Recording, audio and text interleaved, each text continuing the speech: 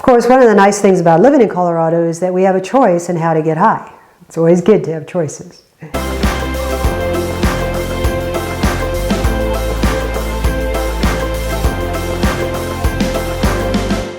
People sometimes think that because I live and train at altitude, I have grown an extra lung and therefore have superhuman powers when I compete at sea level. Alright, so I made that stuff up about the extra lung, but does living and training at altitude improve endurance performance?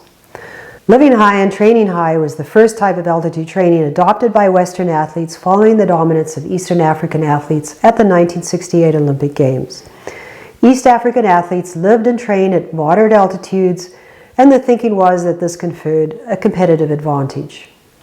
Now, there are a number of adaptations that occur at altitude that have the potential to improve exercise performance.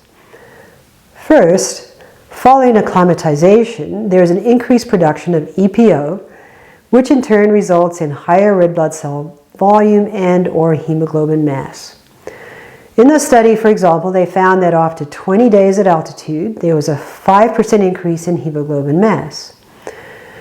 Incidentally, this increase was seen in all of the athletes, not just some of the athletes, which puts into question the idea of responders versus non-responders. 14 days after returning to sea level, this increase had all but disappeared, so the effect doesn't last for long. Higher red blood cell volumes increase oxygen delivery, which correlates well with improvements in overall exercise performance.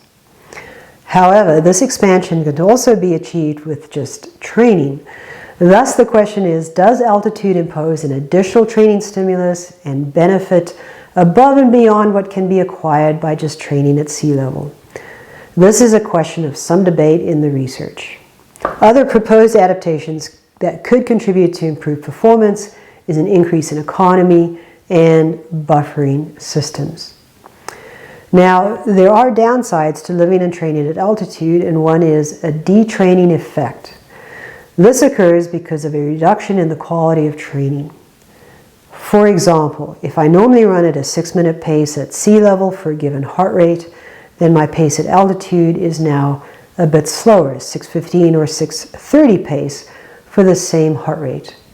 By the way, typical decrements in performance are in the range of 4 to 7% at altitude. Conversely, for a given run pace at sea level, my heart rate is going to be quite a bit higher at altitude. Thus, my lactate response is also higher. I produce more lactate for a given workload. My VO2 max is also lower at altitude, as is my max heart rate. This could result in a negative altitude training effect on the heart. That said, while I may train at the same relative workload, i.e. at the same percent of my VO2 max or max heart rate, the absolute workload is lower. Therefore, I can lose adaptations because I just can't run or bike with as much power. Another downside is loss of blood plasma volume, especially during the weeks of initial exposure. This in turn reduces cardiac output, which is why my VO2 max is lower. So these are some of the limitations of living at altitude. That is my excuse for not doing as well as I could when I compete at sea level. Now, there's no question that living and training high is helpful for improving performance at altitude. But as I mentioned, continuous training at altitude hurts sea level performance because of that detraining effect. In order to overcome this limitation, the live high, train low model has been widely used by teams and elite athletes. In fact, this is almost standard practice. The idea is that living high or under hypoxic conditions, that you would gain these beneficial adaptations such as augmentation of red blood cell volume while still maintaining training quality by training at a lower altitude. This way of training is logistically difficult and can be expensive. Athletes may use an altitude tent or nitrogen house where there's limited oxygen to induce hypoxia, or athletes may live at altitude and then drive down to lower elevations to do their interval training, or if they live at altitude, they can train with supplemental oxygen. For most age group athletes, such as myself, these are not really viable or readily available options. Regardless, the live high, train low method is so widely used that one would think that its benefits to performance have been definitively shown. Surprisingly, the data are quite mixed, and the benefits of live high, train low are hotly debated. One of the classic studies that's often cited was by Veen and Stray-Gunderson. What they did was they randomly assigned athletes to one of three groups. One group spent 4 weeks living and training at altitude. They were the Live High, Train High group. The second group was a control group who trained and lived at sea level. And a third group lived at altitude and then trained closer to sea level. So what did they find? Running performance as assessed by a 5,000 meter run did not improve in the control group or the group that lived high and trained high.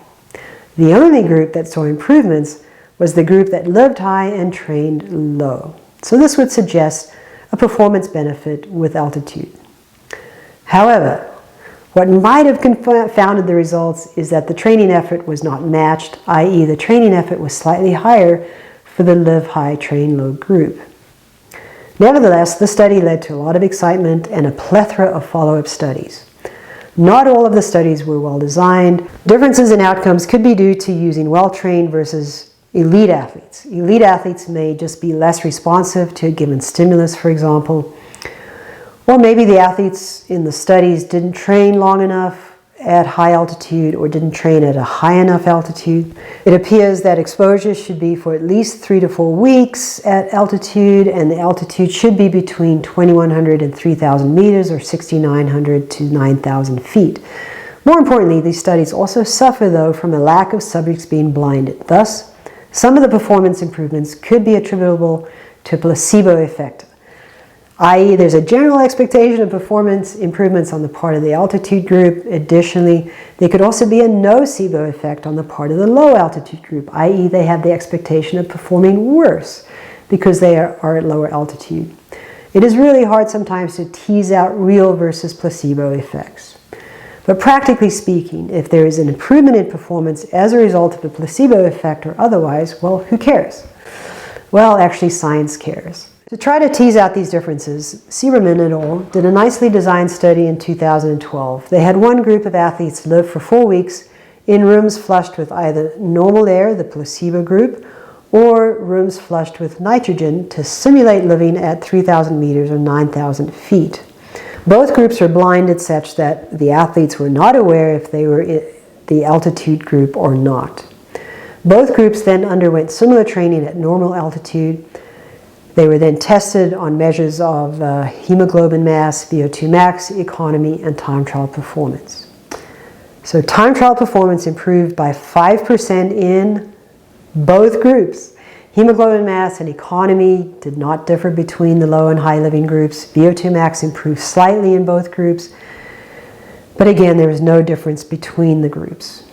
They concluded that living high and training low did not benefit hemoglobin mass, time trial performance, VO2 max, or exercise economy, indicating that, and I quote, 4 weeks of live high, train low using normobaric hypoxia may not be superior to conventional endurance training. This and one other study were the only studies that I'm aware of that have used a double-blinded approach, and neither observed a positive effect of living high and training low on performance. So where does this leave us? These two studies were recently published in the 2020 February issue of Medicine and Science in Sports and Exercise. One in support of hypoxia training for elite athletes, and one offering the countering view that it is not beneficial. I'm not going to get into the ins and outs of their arguments. I will say, though, that in theory, living high and training low should work. But in practice with real human beings, things get messy and are not so clear-cut. It could be that some athletes under certain conditions may benefit. For example, those with low red blood cell volumes to begin with may see benefit from spending time at altitude. It could be that athletes that are less well trained may benefit more than elite athletes. The one thing we do know for sure, though, is that living and or training at altitude is helpful when competing at altitude. Nevertheless, it is interesting that for many years altitude training has been vigorously promoted as a way to enhance sea level performance in spite of the fact that the evidence is less than solid. What we do know is that when you put athletes in a training camp situation away from the stresses of daily life and have them train hard, have them train together, well, that works and performance improves. In the next video, I will talk about some things that you can do to help offset some of the negatives of living and training at altitude. And if you don't live at altitude, well, these may still be good practices to do as well. Please like, subscribe, and share these videos, as that really helps to keep these videos going. And if you have any questions or comments, put them in the comment section below.